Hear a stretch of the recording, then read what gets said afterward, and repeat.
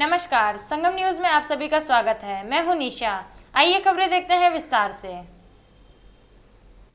नवरात्र के पावन पर्व का शुभारंभ होने में अब कुछ ही समय है।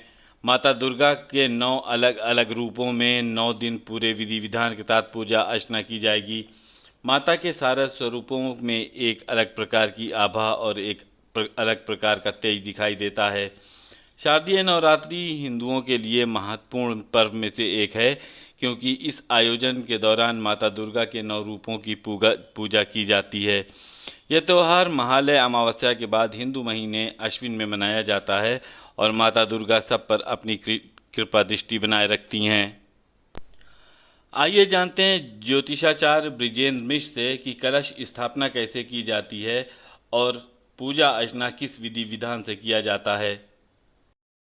महालया की समाप्ति के तुरंत बाद अश्विन शुक्ल पक्ष की प्रतिपदा से नवरात्रि यानी नवरात्रियों का एक जो समाहार है वह हमारी देवी आराधना के लिए, उनके 9 रूपों में उनकी आराधना के लिए प्रशस्त है।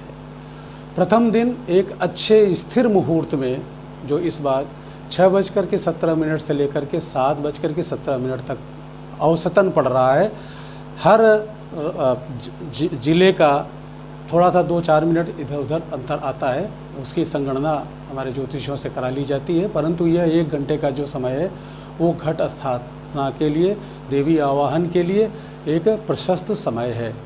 घट में पूरे ब्रह्मांड, सारे देवी देवता, सारे तीर्थ, वरुण आदि का आवाहन करके उनको एक अच्छे ढंग से अपने घर में, अपने ईशान कोण में रख करके, अपने मंदिर में रख करके, देव पूजा स्थल पर रख करके, उसके नीचे जौ आदि मृत्तिका रख करके उनका विधिवत मंत्रोपचार के बाद, षोडशोपचार के बाद स्थापना करते हैं। इसे घट स्थापन कहा जाता है। उसके पश्चात हम 9 दिनों का व्रत रखते हैं। इस वर्ष 7 अक्टूबर से जो नवरात्रि प्रारंभ हो रही है, उसका जो अंतिम दिन है वो 14 तारीख को हो रहा है, यानी ये 8 दिन ही नवरात्रि का जो अवसर इस बार मिल रहा है। एक तिथि की क्षय हो रही है, इसलिए जो हमारी नवमी होगी वो 14 तारीख को ही पड़ेगी और 15 तारीख को दशहरा होगा। कुछ लोग दशहरा के पहले ही पारण कर लेते हैं और कुछ लोग दशहरे में पारण करते हैं। वो अपने अलग अलग लोगों के विचार और विवाद का विषय है। देवी के 9 रूपों में उनका जो प्राकट्य होता है, उनकी आराधना करने से हमें तरह तरह के फल मिलते हैं। हम ज्योतिषी बहुत से ग्रह दोषों को इस बीच में उसका निवारण कर लेते हैं। कभी कभी कहा गया है कुष्मांडा रूप में हम पूजन करते हैं, या हम कन्या के लिए, उसके विवाह के लिए जो देवी का एक स्वरूप है, मंत्रों की साधना करते हैं। सिद्धिदात्री की अलग पूजा करते हैं। अलग अलग मंत्रों से अलग अलग दिनों पर उनके पूजा अपने काम में प्रयोग के लिए, यानी किसी अपनी कामना की पूर्ति के लिए करते हैं। सप्तशती का पाठ बहुत से लोग पूरे दिनों में करते हैं। कुछ लोग उसके कुछ खंडों का पाठ करते हैं, जैसे सिद्ध कुंजिका स्तोत्र का पाठ केवल कर लिया, या एक दिन में एक अध्याय का पाठ कर लिया, या कभी कभी कुछ अध्यायों का पुरस्चरण कर लिया जाता है। अंतिम दिन अष्टमी के पश्चात कुछ लोग अष्टमी में ख़त्म करते हैं और बहुत से लोग नवमी में ख़त्म करते हैं। सप्तमी या अष्टमी जो लोग ख़त्म करते हैं वो कुछ अपनी परंपरा से उसको पूर्णाहुति करते हैं। उसमें कन्याओं को भी खिलाया जाता है, उनको दान दिया जाता है, उनको देवी के रूप में उनका पूजन किया जाता है। और उनको खिलाने के पश्चात पूरे नवरात्रि में किए गए जप के दशांश का हवन आदि कृत्य किया जाता है और उससे उनकी व्रत की पूर्णता प्राप्त हो जाती है। नवमी के दिन, नवमी के अंत में पारण कर लिया जाता है, तो ये कहा जाता है कि नवमी का पूरा व्रत आपका जो आपका अनुष्ठान था वो पूर्ण हुआ।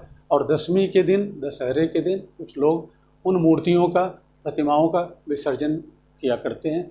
इस प्रकार इस नवरात्रि में, जो शरद की नवरात्रि आती है, आदमी जप तप करता है, अनुष्ठान करता है, जिससे कि जो 2 तरह के ऋतु होते हैं उनके बीच का जो अवसर होता है और उस समय तमाम बीमारियां आने की प्रवृत्ति होती है, उससे बचाव के लिए हम साधना करते हैं। और वैसे तो 4 नवरात्रियां होती हैं, परंतु ज़्यादातर लोगों को केवल 2 नवरात्रियां मालूम है, एक शरदीय और जो चैत्र में होती है। वो नवरात्रि, लेकिन 2 और भी नवरात्रियाँ होती हैं, जैसे आषाढ़ में भी नवरात्रि होती है, भाद्र में भी होती है, तो उनको गुप्त नवरात्रियाँ कहे जाते हैं। इनमें देवी साधना के लिए, तंत्र साधना के लिए और कन्याओं के विवाह आदि के लिए जो अनुष्ठान किए जाते हैं, उसके लिए ये अवसर, ये चारों नवरात्रियाँ अपने आप में प्रशस्त हैं। हम उनका सदुपयोग करते हैं। इस समय कुछ लोग पूरे 9 दिन व्रत रहते हैं, कुछ लोग प्रथम दिन और नवमी के दिन व्रत रखते हैं, बहुत से लोग केवल अष्टमी में पूजा करते हैं।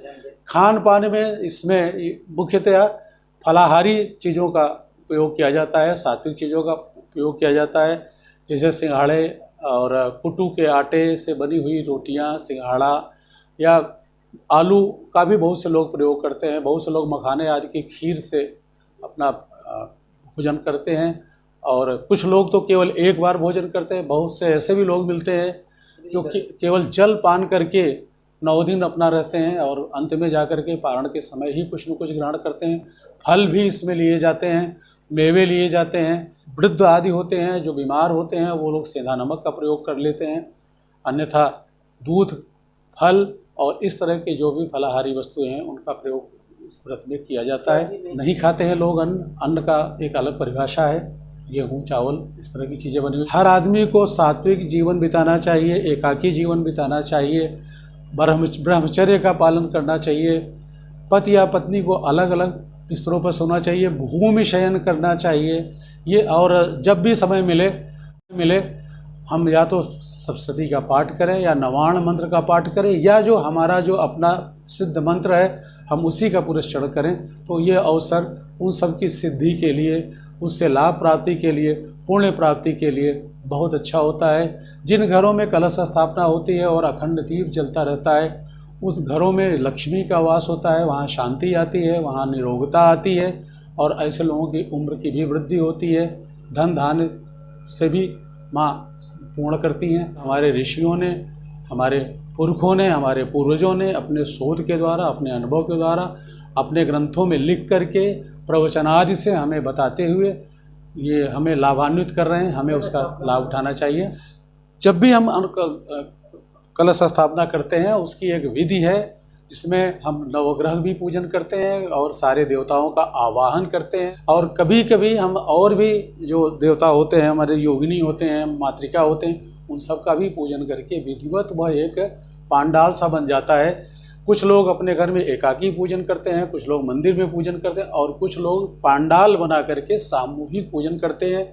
यह माना जाता है कि नवग्रह नवरूप में इस जो हमारी दुर्गा देवी की जो मूर्ति होती है उसमें अलग अलग तरह से विद्यमान होते हैं और उनकी पूजा से हम नवग्रहों की भी एक साथ शांति करते हैं। यदि हम तल्लीनता के साथ विधिवत पांडालों में जाकर के या मंदिर में जाकर के या अपने घर में कलश स्थापना करके, नवग्रह स्थापना करके पूजन करें तो पूरे परिजनों को, अपने पूर्वजों को, पितरों को तथा आगामी पीढ़ियों के लिए हम एक बहुत बड़ा लाभ का अवसर प्राप्त करते हैं। अभी खबरों में बस इतना ही। आप संगम न्यूज को लाइक कीजिए, सब्सक्राइब कीजिए और शेयर कीजिए और आप देखते रहिए संगम न्यूज। नमस्कार।